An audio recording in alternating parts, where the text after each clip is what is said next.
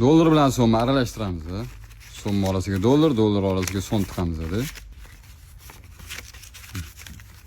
Dollar bilan so'mni aralashtirdik. Endi bo'lsa mashinaga tashlaymiz. Ko'ryapsizlarmi? Dollar alohida, so'mni alohida sanab berdi. So'mdan 1,50 ming, dollardan bo'lsa 100 dollardan 15 ekan, ya'ni 1,5 ming. Mashinamizning alohida displeyi ham bor. Buni klient oldiga qo'yib qo'yib, pulini nechta chiqqanini ko'rsatib qo'ysanglar bo'ladi. Mashinamizda ko'rib turganingizdek ikki etажli bo'ladi. Agar dollar tashlasanglar, tepaga, so'm tashlasanglar, pastga o'zi akkuratdan taxlab beradi.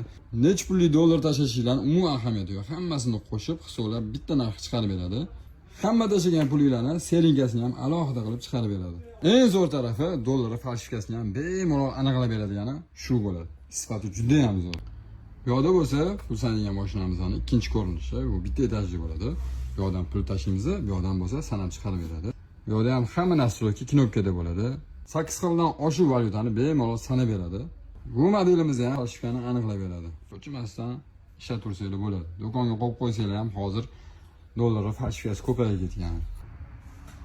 Eng yaxshilarini har doimgidek sizlar uchun Apple Optimus do'konidan topsanglar bo'ladi.